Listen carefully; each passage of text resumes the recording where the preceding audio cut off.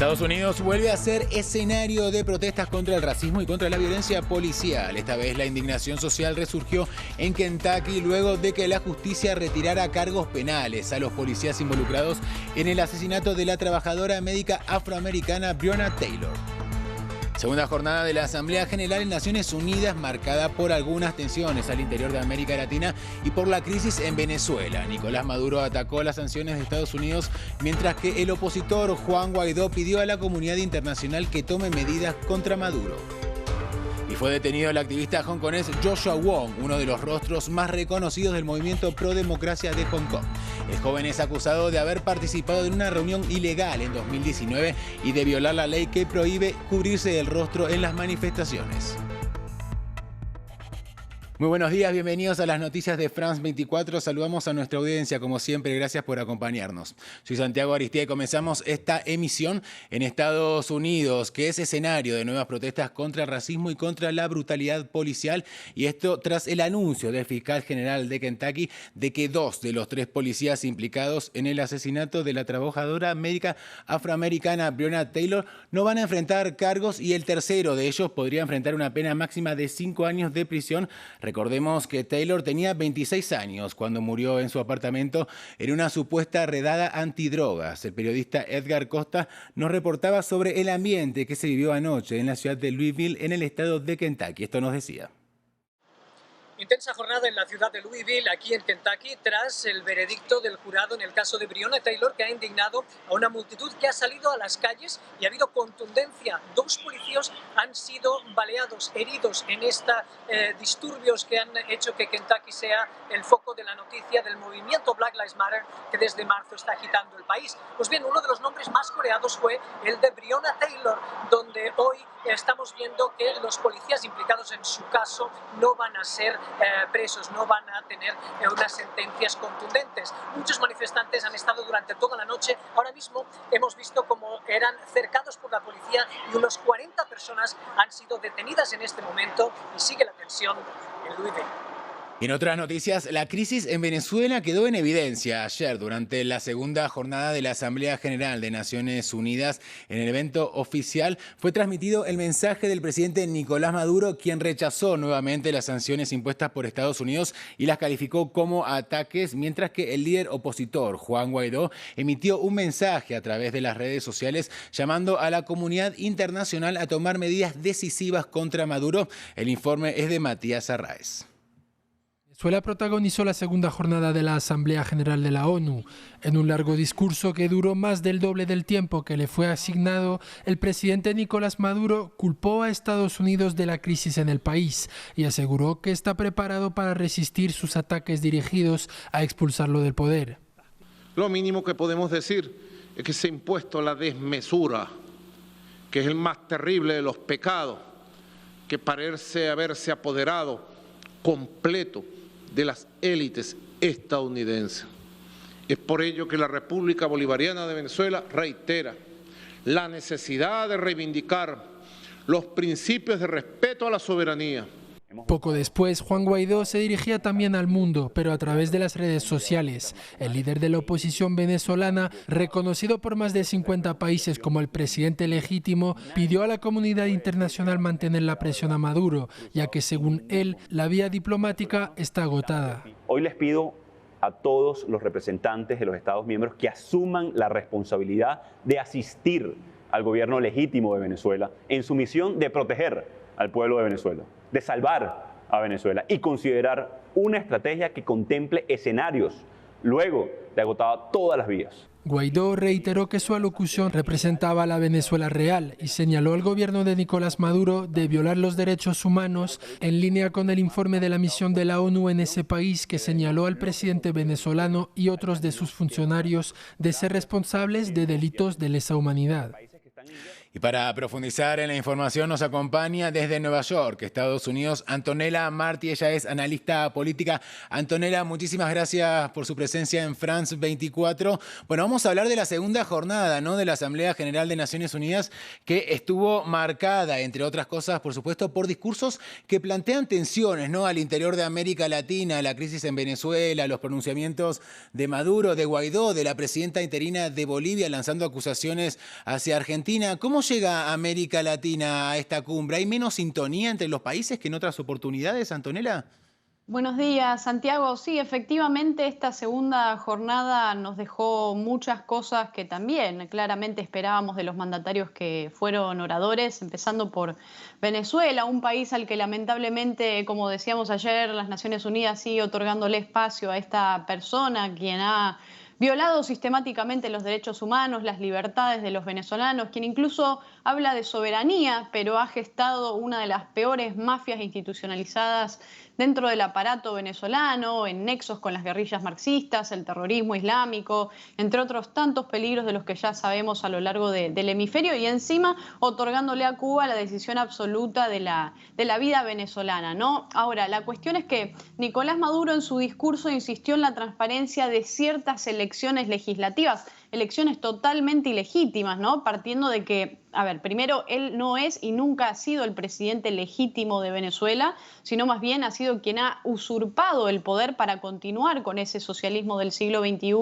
y con todo ese aparato criminal internacional al que ha dado este territorio y otorgado este territorio de Venezuela. Pero a ver, Maduro insistió en estas elecciones legislativas de diciembre, y ¿qué tenemos que saber acá? Venezuela es un país que viene haciendo elecciones constantemente, referéndums constantemente, diálogos, y nada de eso funciona ni ha funcionado para sacar al régimen. No se puede participar en unas falsas elecciones donde el dictador es quien elige a los oponentes y quien además elige los resultados siempre. Y déjame hacerte un cierre con esto. ¿Por qué yo te digo esto? Porque pensalo, si querés, en aquel líder de la Unión Soviética, aquel nefasto líder de la Unión Soviética sanguinario, quien fue Joseph Stalin, ¿no? Él decía que los que votan no deciden nada y los que cuentan los votos lo deciden todo.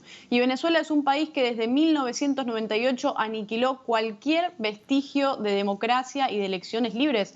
Lo único que tiene Venezuela de república es el nombre, nada más, que es una gran fachada y una gran mentira, porque de resto representa una de las más grandes tiranías del siglo XXI. Maduro también atacó a los Estados Unidos, ¿no?, culpándolo de las sanciones como las responsables de la falta de comida y de medicinas, cuando el único culpable de todo esto es el comunismo, que claramente el hambre, la pobreza, la violencia siempre son el destino final de cualquier país que imponga la ideología encabezada por Marx y Engels en 1848 en adelante.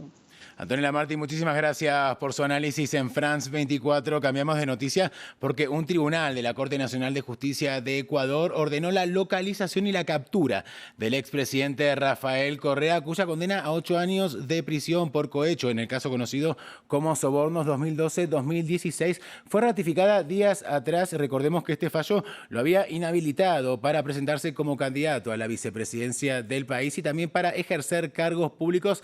Previamente ampliamos esta información con Gustavo Ortega, corresponsal de France 24 en Ecuador, y esto nos decía.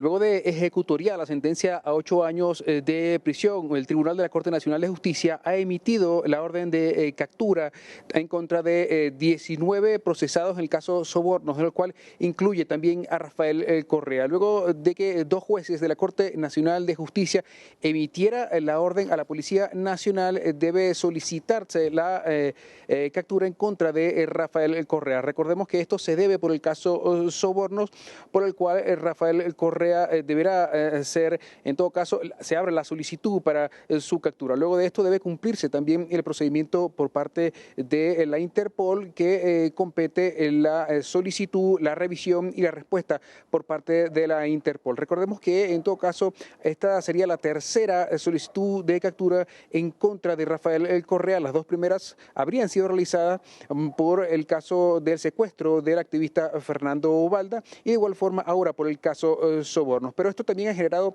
algunas reacciones internacionales por parte de representantes, expresidentes, ex cancilleres que paralelamente también piden a través de una carta al Ejecutivo Nacional revisar cuál es el estatus de la democracia en el país andino. De igual forma, también se exhorta al Ministerio de Finanzas, se ordena suspender la pensión vitalicia que recibía el exmandatario de Ecuador, Rafael Correa, y su ex vicepresidente Jorge Glass. Y también la sentencia contempla algunas reparaciones simbólicas por parte de los 19 procesados a favor del Estado.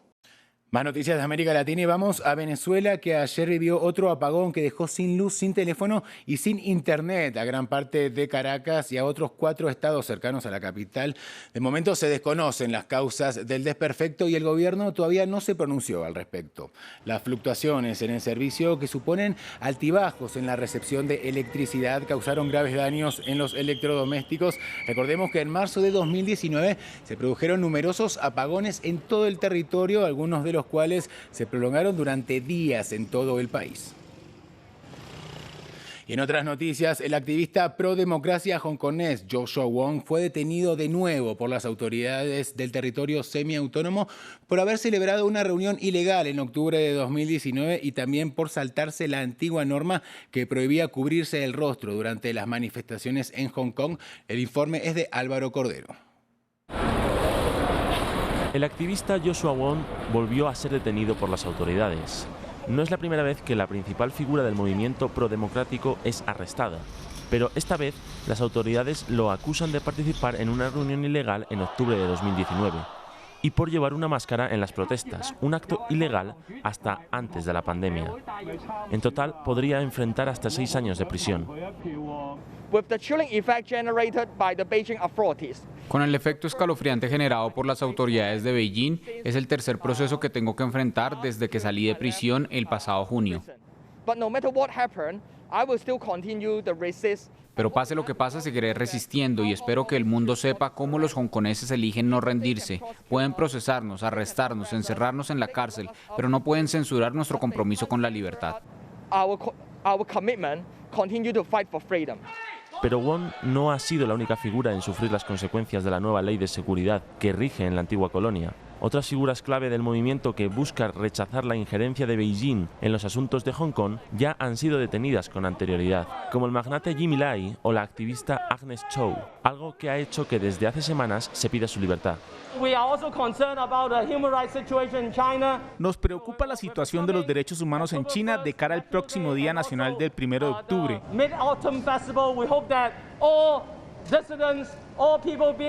Esperamos que todos los disidentes, todas las personas reprimidas por el sistema judicial chino sean liberadas.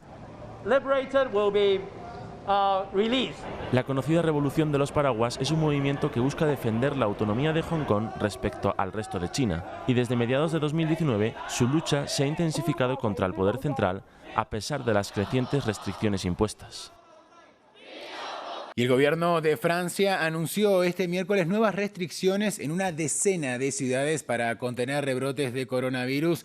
Entre las medidas figuran el cierre de bares y de restaurantes a partir de las 10 de la noche y también la limitación de las grandes aglomeraciones.